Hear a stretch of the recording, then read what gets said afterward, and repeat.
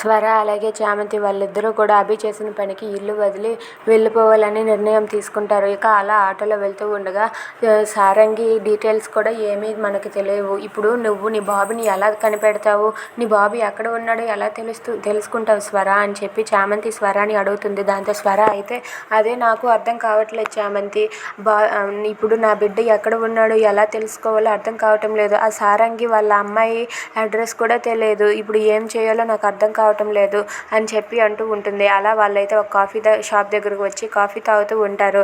Coffee తాగుతూ ఉండగా ఇంతలో స్వర అయితే ఇలా ఆలోచిస్తూ ఉంటుంది. అయినా ఆ సారంగి వాళ్ళు వెంటనే వచ్చి సారంగిని తీసుకొని వెళ్ళి బాడీ తీసుకొని వెళ్ళి డీటెయిల్స్ పూర్తి చేశారంటే వాళ్ళు ఈ ఊర్లోనే ఉండుంటారు.